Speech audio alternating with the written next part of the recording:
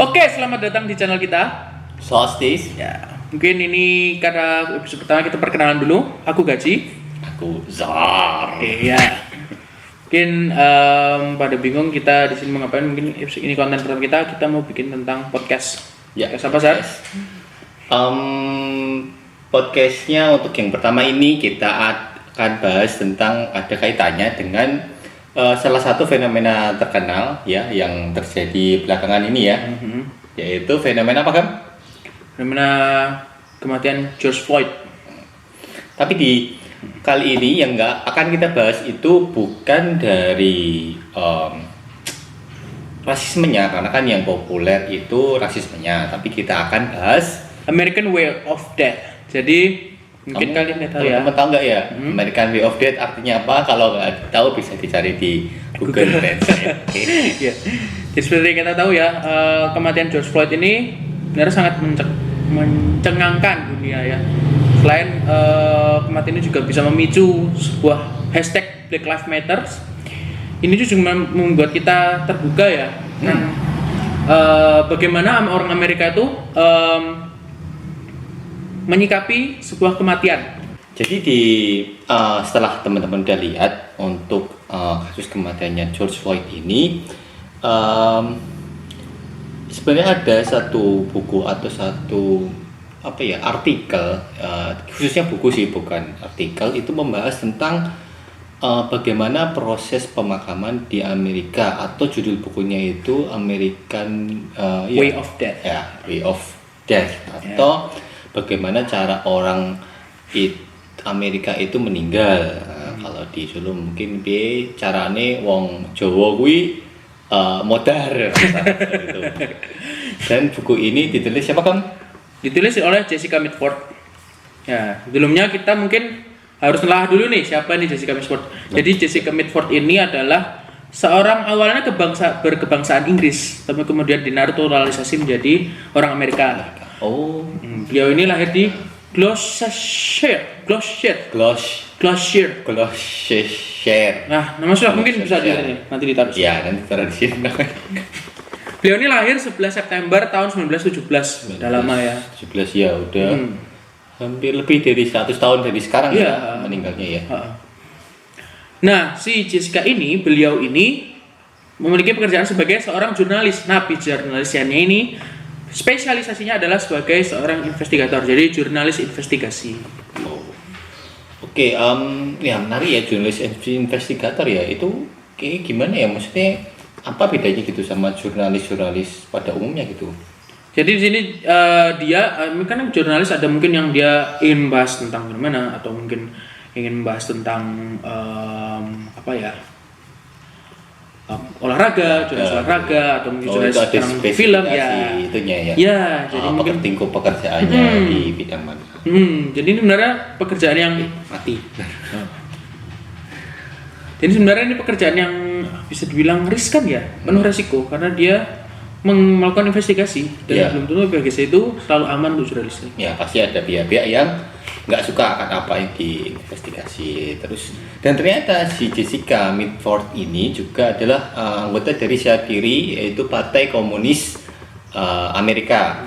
Nah, pada tahun 1963 Jessica Mitford ini menerbitkan buku ini. Sebenarnya buku ini ada versi awalnya, ada versi satu lah istilahnya, itu juga American Way of Death, itu diterbitkan tahun 1963. Cuman setelah itu buku ini direvisi. Bukan revisi, kayak ada revisi terjadi, kayak di buku ini dijelaskan, kemudian berpuluh tahun kemudian dilihat apakah masih relevan dengan tahun tersebut. Okay. Nah, di sini di buku revisi ini kita kebetulan baca yang cetakan tahun 2000, bukan tahun 98. Jadi Jessica Mitford ini meninggal pada tahun 96. Tapi buku yang terakhir ini, yang terakhir revisi ini terbit tahun 98. Jadi bukunya itu terbit setelah itu ya, orangnya baru meninggal. Ya. Jadi untungnya udah selesai duluan bukunya, kemudian tahun 98 diterbitkan. Nah, hal yang menarik di sini adalah Jessica Mitford di sini menemukan adanya sebuah praktek abuse dari pemakaman di Amerika. Enggak, dia taunya maksudku dia melihat ini dari kasus apa? Nggak tahu, mungkin dari kasus bagaimana mereka memperlakukan orang yang meninggal atau bagaimana treatmentnya. Ya bisa bilang. Soalnya dia ini bingung sendiri setelah adanya kasus kematian JFK pada tahun 1963. Jadi yang buku kita beda. Aku nggak tahu ya yang paling versi pertama kayak gimana, tapi yang setelah yang terakhir ini, versi terakhir ini sudah di include kalau tentang JFK, kematian JFK. Jadi waktu JFK ini tewas, yang menarik adalah orang-orang tuh pasti langsung nelpon White House atau mungkin langsung telepon rumahnya JFK. Yang menarik adalah sebagian besar yang nelpon itu bukan mengucapkan bela sungkawa, tapi apa? Ini mereka itu adalah orang-orang dari funeral house, yang mana mereka menawarkan jasa pemakaman mereka. Gitu ya, malah aneh. Daripada biasanya kan kalau di sini ada orang meninggal itu pasti kan yang banyak gitu ya ucapan bela sungkawa atau mungkin semangat lah untuk orang ditinggalkan, biar tabah atau semangat tetap untuk. Soalnya di Amerika itu ada yang namanya sistem funeral house, gitu. Tahu kan funeral house? Iya, funeral house. Ya, sini salah satu topik menarik adalah tentang funeral house. Oke, apa sih funeral house? Funeral itu kalau diartikan dalam bahasa Inggris, funeral itu artinya pemakaman. House artinya rumah.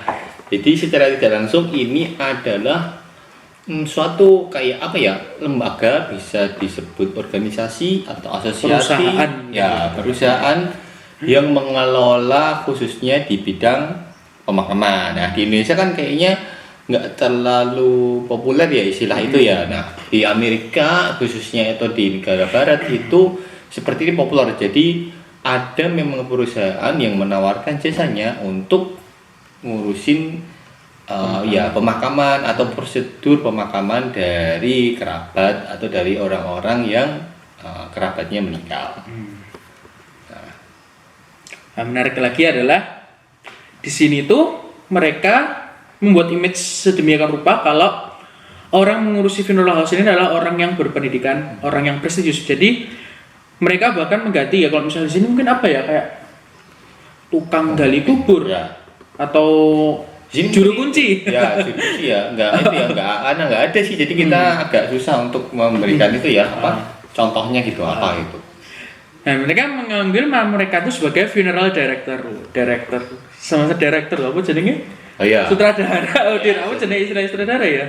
Istilahnya itu kayak elit gitu. Jadi nggak pekerjaan yang prestisius. Ya, yang prestisius lah, bukan pekerjaan yang ecek-ecek. Kalau tukang kubur kan apa ya, kayak asumsi orang itu kan jadi kayak mungkin ya mid low class job lah kalau istilahnya. Cuman kalau director itu kan something wow gitu, jadi bisa dibisniskan. Menariknya lagi ya, funeral director tuh di sana tuh ada sekolahnya. Jadi benar. Jadi ada sekolah yang untuk khususkan bagaimana menjadi seorang funeral director. Nah, di situ tuh nanti diajarkan bagaimana cara memberikan service yang jelas ya. Terus bagaimana cara mencari customer. Nah, ini yang menarik customer sendiri ini. Tapi nanti kita bahas ya. Ada lagi juga teknik embalming. Karena tahu sendiri kan di sana tuh apa namanya? Jenazah. Harusnya pakai di embalm dulu sebelum dimakamkan. Di embalm itu di balsem, tapi bukan balsem yang buat pegel-pegel itu ya. Nah, di sini pada tahun 1963 itu atau sebelumnya ya, 1963 kan bukunya terbit. Iya, bukunya AO yang pertama yang terbit ya. Jessica Mitford melihat ini dan kemudian beliau ikut sebuah seminar yang mana seminar ini dihadiri oleh berbagai macam funeral director. Tapi nggak cuma funeral director, ada juga petinggi rumah sakit atau pengusaha casket atau peti mati. Ada juga orang-orang agen asuransi. Menarik kan? Ini sebuah seminar loh. Seminarnya para funeral director. Nah, di sini tuh itu isinya apa tuh? Nah, di sini tuh ya apa juga semacam kayak ya secara umum lah mereka berbagi pengalaman. Mungkin ada juga yang punya ada teknik embalming baru atau mungkin ada seri-seri peti mati terbaru. Tapi yang menarik di sini adalah waktu itu waktu pembukaannya itu ada MC itu melontarkan sebuah jokes. Oh iya. Gimana Jokesnya itu yang mungkin agak gimana ya, agak disrespectful mungkin ya. Jadi itu berarti itu ya kurang apa? Kayak merendahkan gitu ya. Jadi MC ini waktu itu tanya atau MC atau pokoknya yang ada di podium waktu itu tanya, loh, kalian Funeral Directors ini ngapain sini lah, terus yang jaga toko siapa? Terus dia bilang, ya istri saya. Loh, yakin istri kamu bisa jaga toko? Yakin gak tuh istrinya bisa ngajak ngomong pelanggan? Nah dari situ udah kelihatan merendahkan dulu ya. Tapi kan dia juga, loh ya bisa aja wong pelanggan kita nggak bicara. Tahu dimaksudnya di sini ya. Nah, tahu nggak yang dimaksud? Mungkin kalau misalnya kalian tahu mungkin bisa komen di bawah nanti. Ya, gimana maksudnya jokesnya ini? Nah, jokesnya itu, menurut gue itu salah satu jokes yang disrespectful. Ya. Apalagi kalau kita lihat dari kacamata orang timur, ini kita lihat benar-benar dari kacamata orang timur gitu ya. Kacamata kita sama orang-orang Indonesia dalam melihat suatu proses pemakaman dan bagaimana memperlakukan jenazah gitu ya, atau kerabat kita yang meninggal dengan kalau di sini kan dengan hormat ya, maksudnya sebagai yang dihormati itu untuk yang orang yang meninggal. Nah tentunya untuk di setiap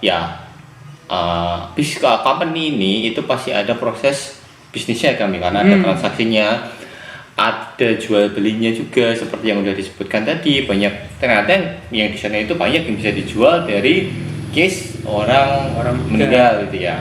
Jadi kayak semacam mereka itu memanfaatkan kematian orang untuk mendapatkan profit. Ya, untuk mendapatkan profit.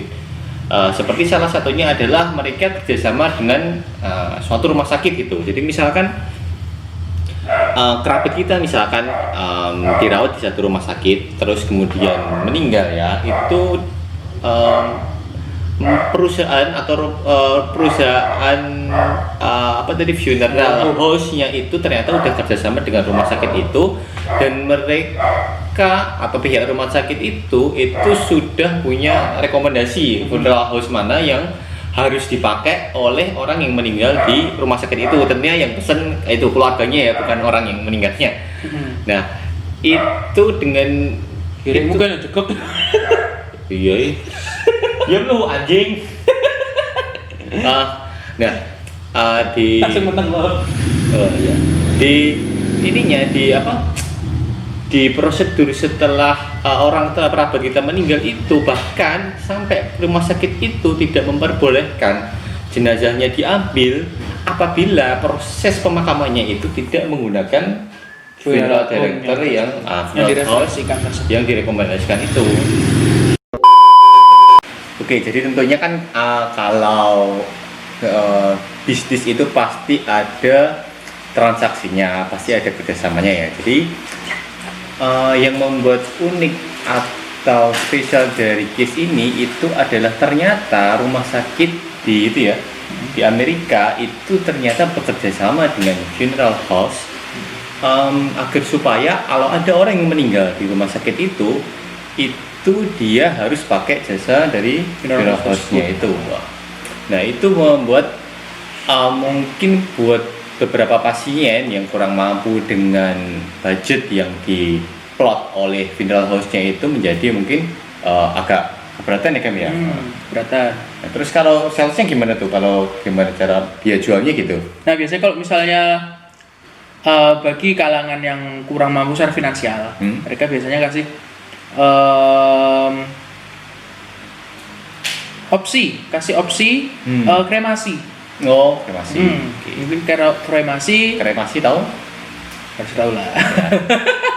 Diobong. Bakar, oke. Burn to ashes. Nah, kalau pakai kremasi itu biaya produksi kan lebih murah. Kemudian biaya untuk pemakamannya juga lebih murah. Kan kalau kremasi kan petinya nggak usah bagus-bagus, karena pasti dibakar kan. Juga untuk formalin juga, untuk mayatnya juga nanti jenazahnya juga, untuk hiasan segala macam itu juga lebih murah. Nah, kenapa lebih murah gini? Karena Yang nanti jadi fokus kita adalah mereka yang kalangan menengah atas. Oh, Jadi iya. menariknya di sini mereka itu bahkan punya semacam produk-produk tersendiri gitu. Spesial produk untuk kalangan ekonomi tertentu ya, Ya, kalau yang betul, atas dia punya betul. produk, yang bawah dia juga punya Betul. produknya. Sebagai contoh nih, mereka punya berbagai macam pilihan kasket atau peti mati tadi. Nah, peti mati. Peti mati. Lucunya ada seperti ini. Misalnya nih, seorang atlet sepak bola ya, atlet sepak bola yang terkenal misalnya. Itu tuh nanti biasanya ada nanti disuruh custom kasket tuh yang modelnya motifnya bola atau mungkin ada gambar bola sepaknya seperti itu. Nah itu kemudian dijual dengan harga yang khusus juga. Oh. Jadi mungkin kalau ini kayak saya ini fans AC Milan, nanti mungkin motif kasketnya atau motif peti matinya itu bisa model Ya. ini ya, Pakai jersey-nya. Ya, pakai jersey AC Milan. Ya, seperti itu. Bisa seperti itu ya. Jadi menarik ini. Jadi nanti kalau ada teman-teman yang udah ada rencana meninggal, atau nanti ngefans sama teman-teman dan teman-teman ngefans dengan klub bola tertentu, nah itu bisa request Ya, bisa pesan langsung Amerika di Amerika langsung. Model, misalkan ada Cristiano Ronaldo-nya atau ada model Real Madrid-nya gitu ya. Mungkin nanti petinya dibikin siluetnya Cristiano Ronaldo bagaimana. Oh iya, mantap. Terus sama lagi nih itu item yang lain tuh yang bisa di-offer. Selain itu, mereka juga jual nisannya juga. Konsepnya sama seperti kasket tadi ya. Jadi kalau misalnya di Indonesia rata-rata umumnya itu kan batu nisan di sini cuma nama, tanggal lahir, tanggal meninggal, dia udah gitu kan. Di sana itu biasanya batu nisannya tuh ada semacam kayak apa sih namanya? Quotation ya. Ya, kayak quote gitu ya. Quote atau kata-kata Kayak itu anak-anak indie. ya. Itu kalau anak-anak indie nanti kami quote-nya banyak mungkin nggak cukup nanti. Tontonnya mungkin bisa 2 atau Lirik lagu ya. satu album. Iya. Nah, yang menarik di sini adalah di sini kita bisa lihat ya kalau orang Amerika itu bedanya dengan orang Indonesia ini adalah mereka sebuah kematian itu adalah untuk merayakan selebrasi kehidupan mereka. Oh. Bisa dipahami sini ya. Iya. Jadi biasanya mereka juga ada sistem obituary.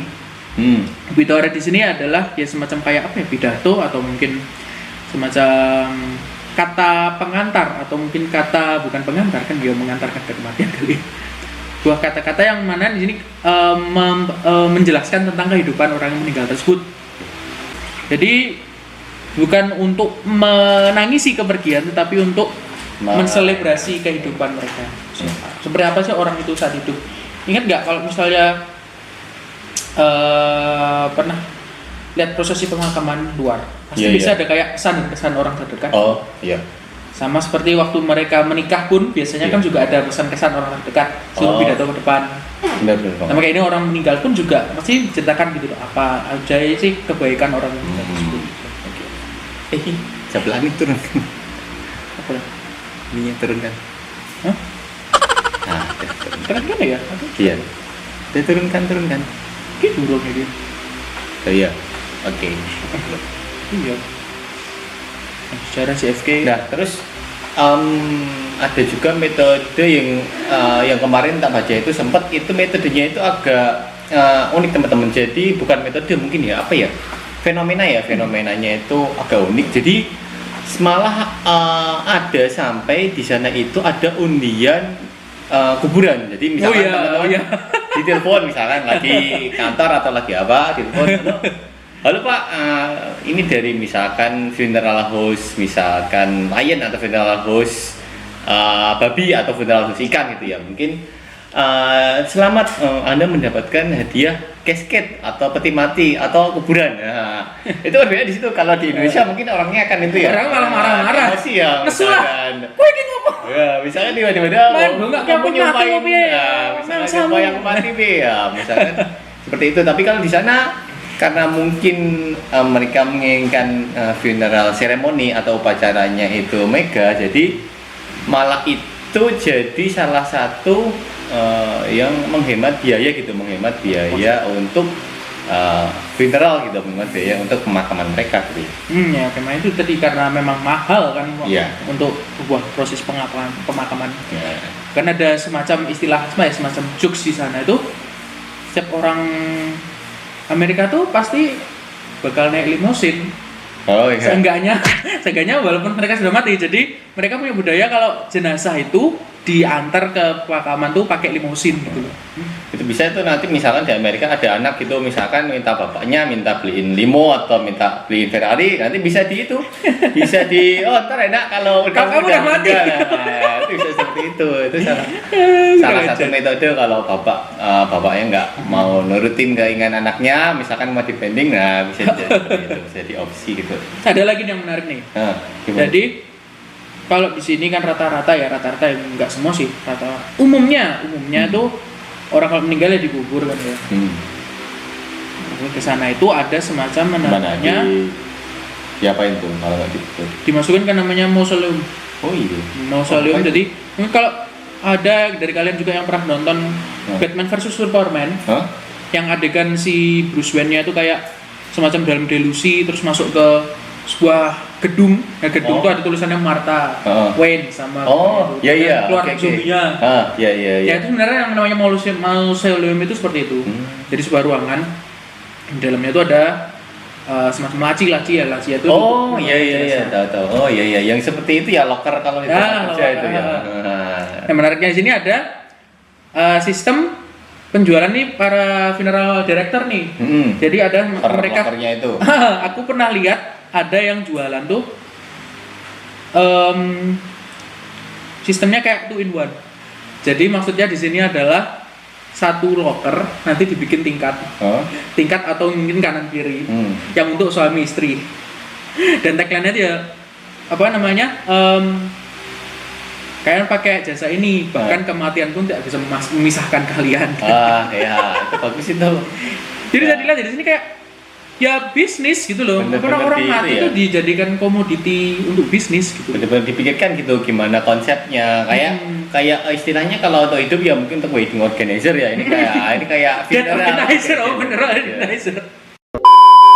Kan udah ada peti mati atau casketnya, terus ada tombstone, terus ada mausoleum. Nah, itu ada apa lagi selain itu? Kan tadi di awal kan di spoiler bahwa ada pembalseman sama ada make up juga kan tentunya kalau di sana kan ya. Itu gimana tuh kalau untuk kayak gitu modelnya gimana? Ya mungkin untuk pembalseman ya sama mungkin ya untuk beberapa teman kita yang ada di sini mungkin kalau misalnya ada proses pemakamannya yang di Nasrani atau Katolik gitu ya. Keyakinan tertentu mungkin sama, jadi kayak sebelum meninggal jenazah diisi formalin atau mungkin di make up atau mungkin baju dressnya untuk itu yang juga dipersiapkan gitu. Dan tentunya bajunya juga ada range harganya juga ya? Iya, range harga juga ada. Cuma saya kurang tahu. Mungkin kalau ada kalian mungkin bisa kasih penjelasan, tulis komentar di bawah ini. Jadi mungkin dari teman-teman mungkin yang di sini yang Nasrani atau Katolik mungkin bisa ditulis di kolom komentar. Klarifikasi atau penjelasan. Kalau misalkan di prosedur pemakaman di Nasrani itu apakah juga ada seperti itu, ada misalkan bajunya, misalkan apakah ada yang model bagus, ataukah memang teman-teman itu memang ketika mungkin ada kerabat dari atau mungkin di Nasrani ada yang meninggal itu berusaha memberikan misalkan kualitas peti mati dan kualitas misalkan bajunya yang sebaik mungkin gitu, apakah ada konsep seperti itu juga? Nah di sini kita kurang tahu ya untuk di Indonesia. Nah terus selain itu kayaknya dengar-dengar juga ada yang itu juga ya, dari bukunya itu kemarin saya baca juga ada yang model kayak pemakaman mewah gitu, konsep pemakaman mewah yang mahal gitu ya. Oh di sini mungkin mirip kayak San Diego Hills ya. Oh iya itu yang ada di Cibubur ya. Iya di Cibubur atau di daerah Jakarta ya, itu pemakaman yang memang mahal dan mewah dan malah kayak tempat rekreasi. Ya. Jadi ya itu tadi mungkin mereka mengadaptasi konsep kalau orang Amerika tuh selebrasi kehidupan. Jadi sebisa mungkin pemakaman tuh bisa dinikmati nggak cuma untuk orang yang sedang berkabung, tapi juga untuk ya itu tadi selebrasi kehidupan. Jadi tetap ada kehidupan di situ. Yang ditawarkan pun juga Ya itu tadi tempatnya yang Mewah. yang indah, yang anu gitu loh. Ya malah mungkin bisa jadi ya tempat tinggal kayak orang-orang kayak saya ini mungkin kalah mewah sama dengan kuburannya. Maksudnya, mungkin harga per meternya gitu bisa lebih mahal yang di San Diego Hills daripada di perkotaan kayak di kota kecil kayak di Solo atau di Jogja. Itu mungkin bisa harganya per meternya bisa lebih murah daripada di San Diego Hills. Iya. Yang jelas mungkin yang paling mencolok itu mungkin ada funeral di sana tuh ada service macam online funeral ceremony. Jadi yang kayak yang kita bilang tadi, George Floyd tadi meninggal tapi bisa dihadiri oleh orang-orang dari seluruh dunia secara online. Nah itu biasanya itu tadi kalau misalnya orangnya tergantung paketannya sih. Jadi kalau misalnya ada paketan ya, paket A, paket B udah kayak menu di itu aja, menu di apa? Hotel itu di restoran di mana ya? Itu ada paket A, paket B. Mungkin itu tadi dulu semacam apa ya istilahnya ya? Ya berilah informasi lah ya, berita tentang bagaimana sih sistem pemakaman di Amerika. Ya. Di sini menurutku sih ada ironis ya. Jadi ada ironi teman-teman ketika orang yang meninggal itu berkabung, tapi hal itu dimanfaatkan. Nggak tahu istilahnya. Ya itu ironinya di situ ya, karena dari istrinya itu, gue ngopon gini, gini. Nah hal itu dimanfaatkan oleh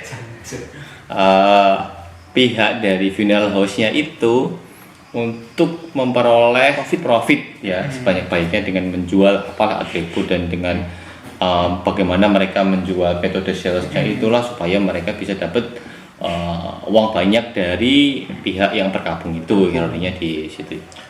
Ya mungkin itu kalau misalnya dilihat dari segi apa sih lah norma yang berlaku di Indonesia ya. Tapi ya kembali lagi kita harus sebisa mungkin open minded gitu. Itu kan budaya mereka. Ya memang mereka kan negara yang seperti itu gitu loh. Jadi ya mungkin bijaknya kita hanya cukup tahu gitu loh. It's good to know gitu loh. Maksudnya ya kita tahu gitu loh di mana kalau ternyata budaya tempat lain tuh beda tempat beda budaya gitu loh. Ya benar sih. Jadi ya untuk informasi aja buat teman-teman. Jadi gimana teman-teman itu jadi sekarang tahu gimana budaya di sana dan bagaimana dengan budaya di Indonesia. Dan kalau ada teman-teman ada komentar atau ada pengalaman misalkan di kerabatnya ya pertanyaan mungkin koreksi ya koreksi mungkin dari informasi di sini. Misalkan teman-teman tinggal di Amerika, ternyata nggak kayak gini misalkan, ternyata mereka atau funeral house itu ternyata orangnya malah baik-baik ya, malah menjadikan solusi di sana. Nah mungkin bisa tulis di komen bawah. Jadi oke, mungkin cukup ya untuk ya video kali ini. Buat teman-teman yang suka channel ini, di sini kita akan bahas apa aja sih. Mungkin teman-teman kalau ada topik boleh diusulkan di bawah untuk kita bahas ya. Kita bahas bareng-bareng. Itu mungkin untuk next video bisa kita bahas. Tapi untuk sekarang, untuk clue-nya next video kita akan bahas terkait zonasi usia. Zonasi. Jadi sekarang ini kan lagi ada ribut-ribut ya di Jakarta ya. Banyak orang tua yang demo terkait adanya seleksi zonasi dan umur di seleksi penerimaan sekolah ini ya, terutama yang ada di Jakarta. Nah kita akan bahas bagaimana zonasi dan umur itu menjadi salah satu metode atau syarat seleksi di Indonesia ini, khususnya di Jakarta. Oke, kita tutup dulu ini. Pamit gitu. Saya Gaji. Saya Asad. Ya, kita dari Soltis. Sampai jumpa di next video. Bye.